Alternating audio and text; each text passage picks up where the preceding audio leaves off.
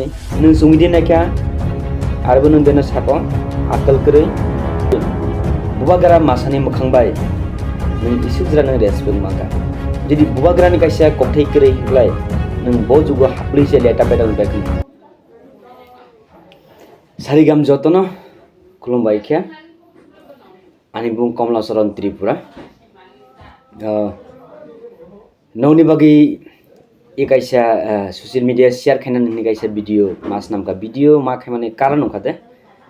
sini 49 samnuo sangati opoprosar khlai tongkha borong gunang MDC sini Hongso Kumar Tripura ani mamane klai sangati opoprosar mane mi betla misako bini kognang kisa phirnani bagina i video ma khaikya ang sanai yapani simi kitoi poilao sini 49 hamnuo sini thui thangjaka ani ayung kasam headmaster Tripura motha 49 hamnuni bo foundation tungmani borong gunang LT ba thibajak Roton Joy Tripura thangnai bara thangnai ADC election besajak bo hoito pailiya bini tei dulmani bai bo timani bai pura Tripura motha changa aro tongo kobini sini Daholio Chagma Dilip Deborma boni tei dulmani bai pura changa jakjomok ui phemani emon changa angka जों बिधान सभा pura 100% जों पाइनानै दंमानि दुखनि बिषय যখন বফাই হাপাইक्लाय बो divide rules नामका बिन लगे फाइनाय कसम तंसोगनाय बोनो मिसि मिलिरिया बिनैबो बजिगा सुजुगमा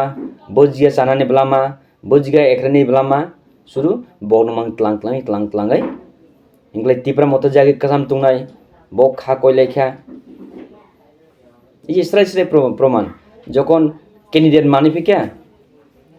সিনি বরমগনাং দিলীপ দেববর্মা ব্লক প্রেসিডেন্ট মানি তানি বাকি ইয়াকাকা নং কিসা বখাসুই নাইখাদে বরমগনাং এমডিসি হুংচ বিনি বাদে সিনি TWF नि প্রেসিডেন্ট আनै Banamala Tripura bo yaka mani bo reason মানি নং সুংদি নাইখা आरोबो नों बेनो साको आकल करै अबहाय गोबांमा खाकय बुबागारा मासानि मोखांबाय नों इसे जरा नों रेसपेक्ट मांका इसे जरा नों सन्मान नखा जुदि बुबागारानि कायसा ककथै करै हिंक्लाय नों बो जुगो हाप्लैसे लेटा पेटा उइबायखम आरो सातमाय साकमनो मेम्बारशिपनि खबसाको मेम्बारशिप निनि तो दितों मेम्बारशिप नि खसाय रां जाओ जखन मेम्बारशिप जों कायसा 50 टाका खलाय मेम्बारशिप खलाय सिनि बरम गनां डिस्ट्रिक्ट नि प्रेसिडेंट किशन देबबर्मानि यागा जमा हमani नों बने सिडिसि नों जे मेम्बारशिप नि रां जाओ सिया नुगिया आइ आजरिया कं दासारि हंस कुमार Tripura आर दाबो नुगनाय जे जों ब्राइके जाग जमा खलका ब्राइके जों संगठन नामका दाबो नुगनाय दिन फाइट दङ लाइन रमै उत्तलंत्रयो जों ननो बीजेपी नो मिछि Tripura नो कप्लाय खलाय जागसे ननो अनेक बुर कबां जागसे दाबो नों बसायनायरि एकदम जिरो ननो खलायनाय जिरो नों जीवनाना पाइमागला नों एमडीसी मांका बागेबाला भविष्य निनार करिया एमडीसी आर करिया बुजिखादे बिनि बागै सांगाति नों आइके ताउंदे नों किसा बुजि सामं खलायदि आर जे तमा साकमो सिनि चरित्र ना चरित्र ति कक सालायनाय नों चेलेंज खायनाय आंबाय जे सा चरित्र नायदि नोंना रेसपेक्ट दो नोंना किरियो खुलमो किन्तु इबाहाय इंक्लाय अनाथा आइके साजाक मिया बाराबारि इंके जदि चरित्र नायनायब्ले ना फुनुगिरि नांबो नि चरित्र बानि चरित्र न आं Komlasaran Tripura चरित्र बबहाय ननि चरित्र बबहाय ओ एक्टिभ करै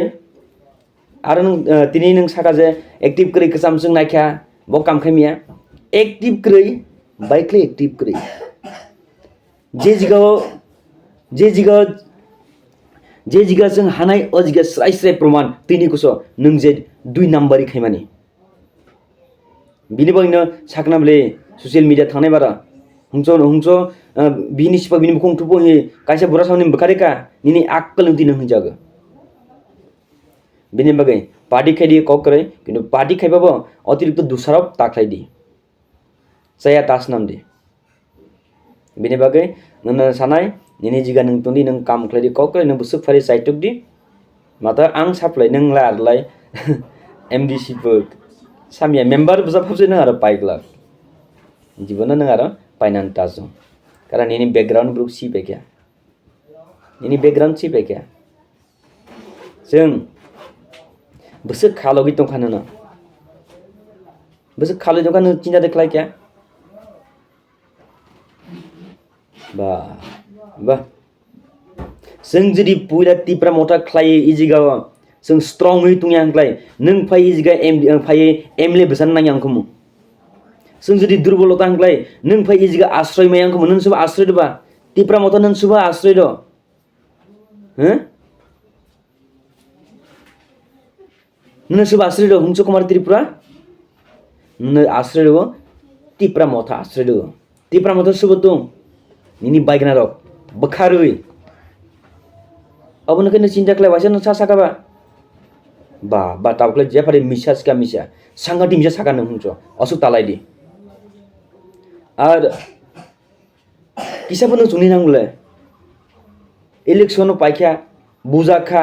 जाला मा हाबका जों तिनि जे जयनिर नाय रो 3 दिन 3 रात जों बुलुं बिसिंगो हाबै थैमा दंखा बिनि बादे कुमलुं थाङै 1 मास जों खायमा दंखा नों बुन किसाबो खासाया दे नों वांसुइ दिनायखा नि ज्ञान दंना गरि नों माइदि जाना खिसा बा तावखायबो ससियेल मिडिया फायसे मिसाखौ सानानि एक्टिभ करिफो काम खामियापो रांनि लुबिफो रांनि सुबो लुबि हो निजेखलाय रांनिबो लुबि बिरिनिबो लुबि बिनि बागै आं सा लिमिट तालायदि आं